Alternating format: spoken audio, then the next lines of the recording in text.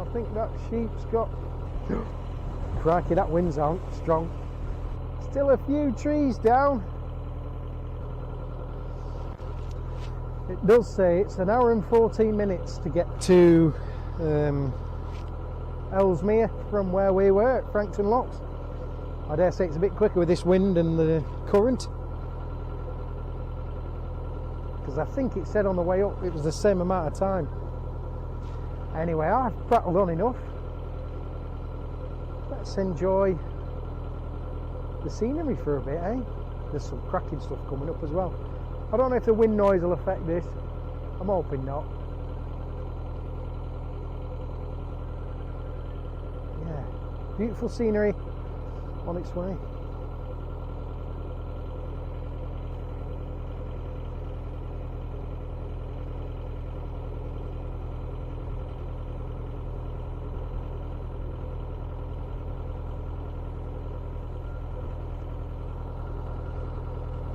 Oh dear. I think that sheep's got caught in the water. Poor thing.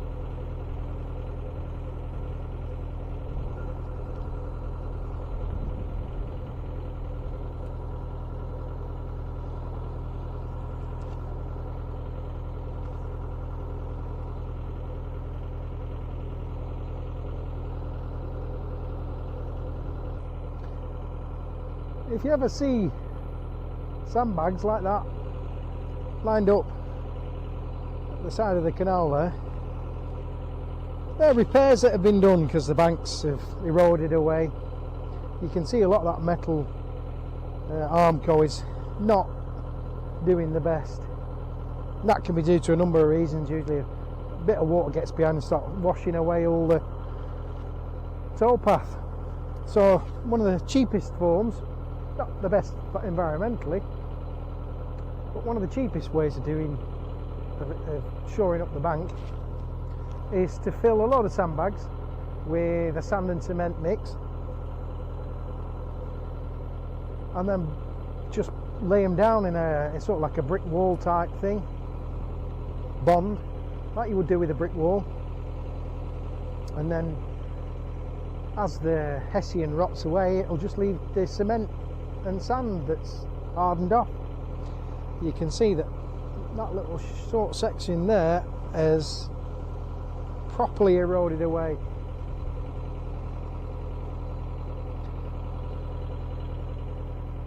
People will tell you it's people going too fast, or you know, just boats passing, things like that, people being bad, but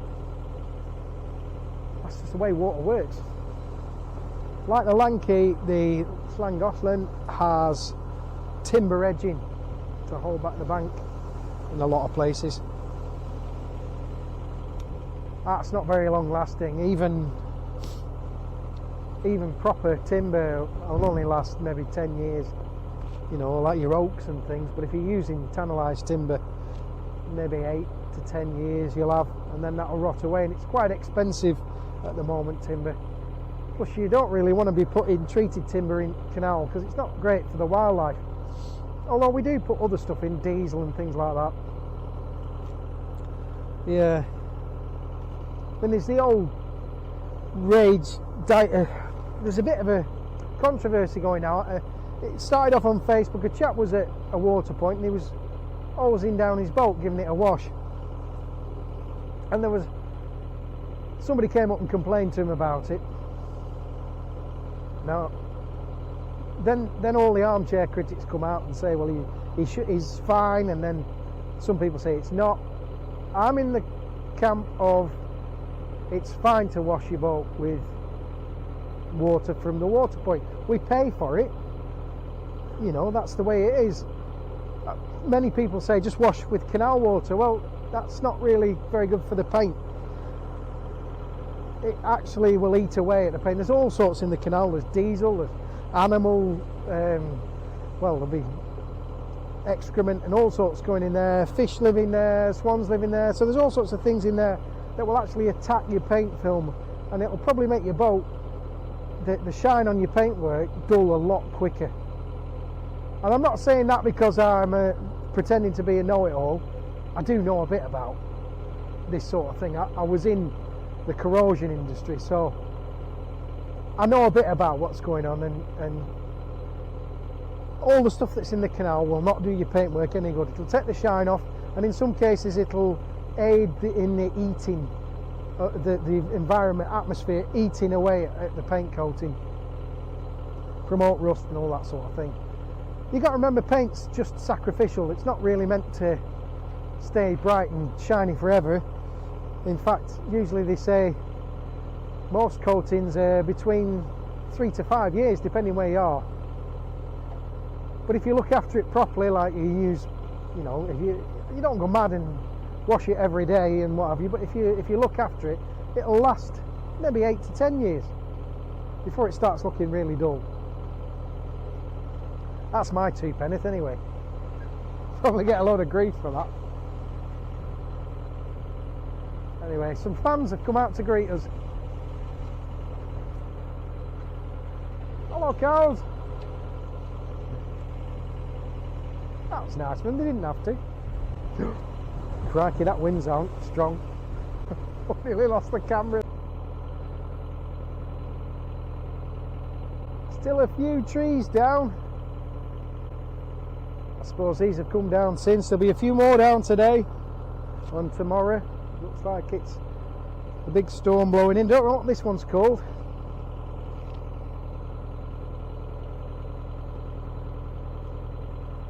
I've managed to weigh my camera down with a lump hammer. Well, a tripod anyway, so hopefully that should stop it from flying away. Ooh. I don't know if you can see through that edge there. There's the Highland coos.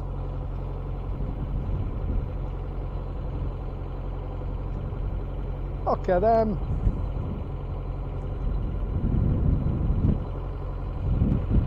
I hope you caught that. Do like Highland cow.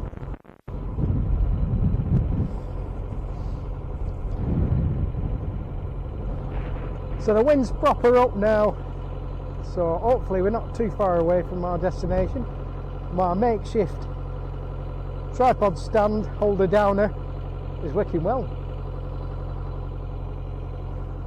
This section we hadn't actually filmed any of it because we decided, well I decided, that this stretch here was just a cruise for me. Sometimes I do that. I don't like to film every time, but yeah, it was nice to just not have to think about I need to get a camera shot or I need to concentrate where I'm going. I just thought I'm going to enjoy the cruise.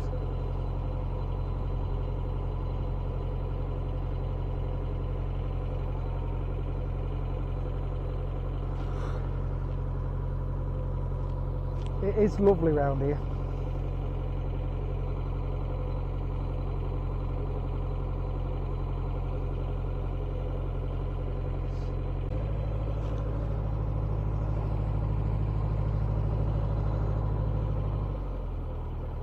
Probably going to have to sit down with this camera again and sort it out. So it's doing the same thing, cutting off. I don't like it when it does that, and I don't know why it does it. Any road. I'll have to take everything out and reformat the camera again. So as I was saying, I'm going to have to get in the engine bay. I'm going to have to take the rocker box off and put a new rocker gasket on, and I might have to do the same thing with have a look at the inspection chamber, see what they're doing. Anyway, we've to go past the winding hole yet, and then we're there.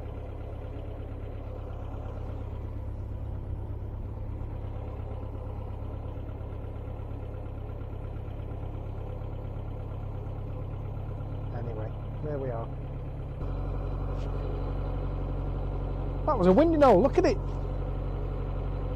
That's why they call it a winding hole. There's loads of explanations of why it's called a winding hole.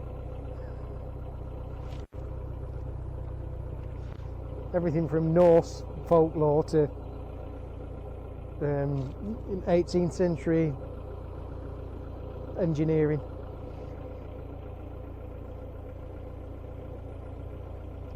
Crows are brave round here. They'll stand right next to your boat on towpath.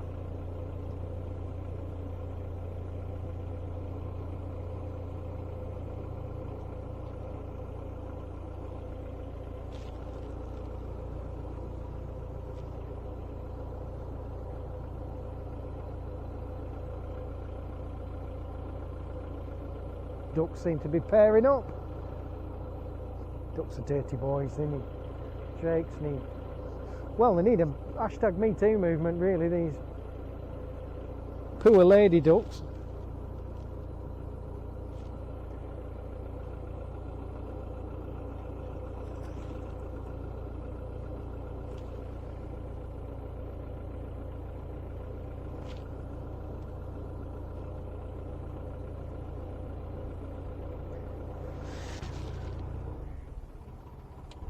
So Debbie's been off to Tesco's to get food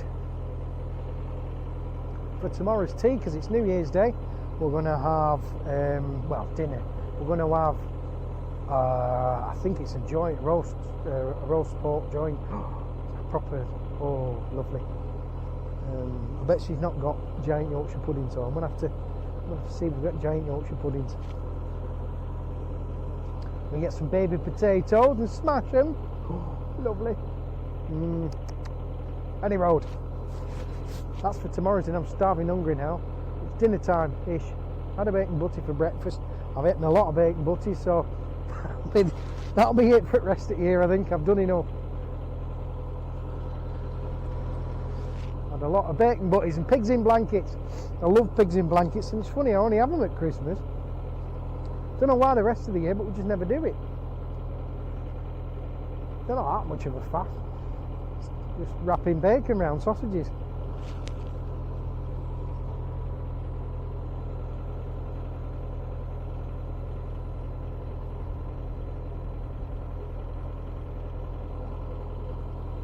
I don't want to mow near any trees, really,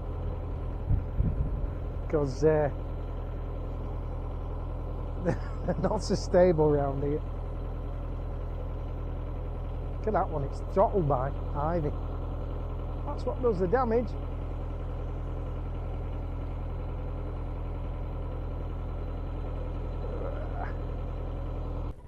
Right, so this is where we're mooring up. I better go and grab that front line before it...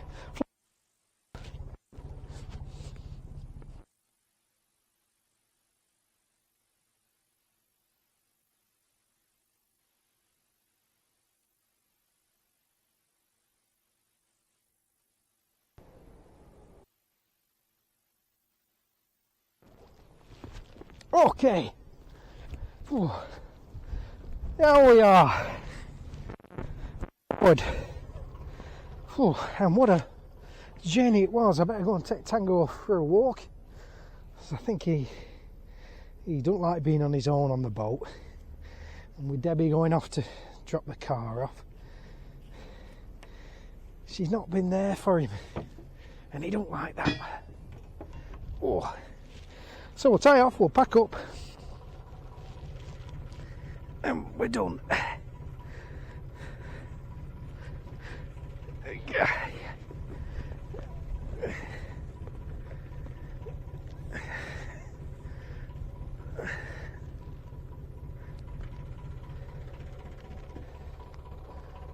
Ooh, there we go.